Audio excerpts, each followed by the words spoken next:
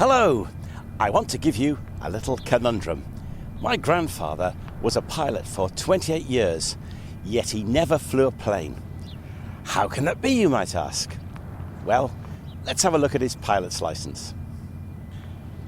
His license was for the purpose of conducting ships, sailing, navigating and passing within the limits of the Cardiff Pilotage District.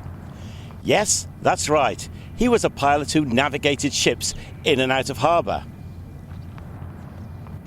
I'm reminded of my grandfather each time I come down here to Landguard Point and see the ships coming in and out of Harwich Harbour. Invariably, there's a pilot launch moving around the area. The largest container ships in the world call at Felixstowe, and to do so they must navigate the waters of Harwich Harbour. The only way big ships can get into harbour is via a dredged channel. It's quite narrow, particularly around Landguard Point, and needs good local knowledge to get ships in and out of the harbour without running aground or colliding with something else. Even with all the modern technology, there's no substitute for good local knowledge, and it's the job of the pilot to go on board and navigate large ships into harbour. In fact, all ships over 50 metres in length coming in and out of Harwich Haven must have a pilot. The only ships exempt are those whose masters hold a pilotage exemption certificate, usually ferries and other small ships like this one, which are very regular visitors. My grandfather was a pilot first class, which meant that he could pilot any size or type of ship that could fit into Cardiff, Barry or Penarth. Coalers, tankers, refrigerated transports, general cargo, banana boats, military, or even the Royal Yacht Britannia. The masters of these vessels knew that if he was on board, their ship could safely get through what were and still are treacherous waters. Today these ports are very quiet, but pilots are still needed for larger ships. The piloting of ships goes deep into antiquity because local knowledge has always been necessary to get ships in and out of port.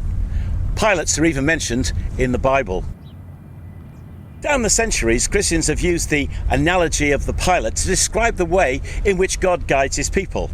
Although I must say, the Bible itself doesn't actually use that picture.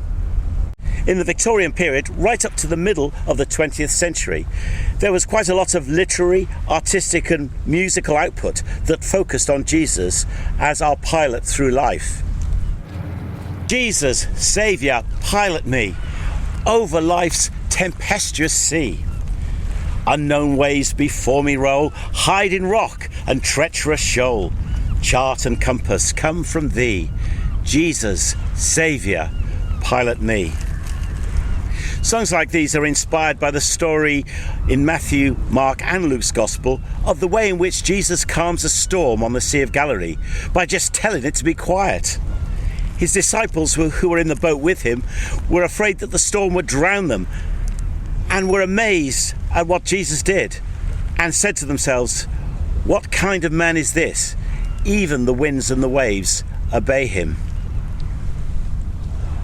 I find these verses a good reminder when I go through difficulties or storms in life, that Jesus is always there and he's the one that calms the storm and gives me strength to go through all the difficulties that might arise.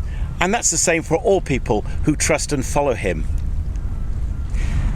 So the question is this: do you have Jesus on board, guiding you through life, dealing with whatever life throws at you?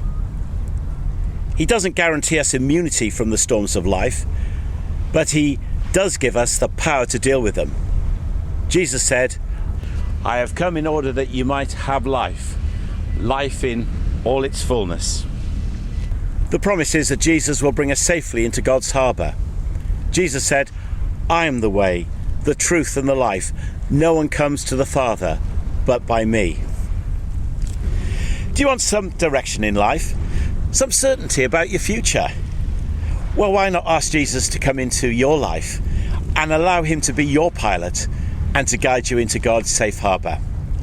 Well, thanks for listening, and may God bless you.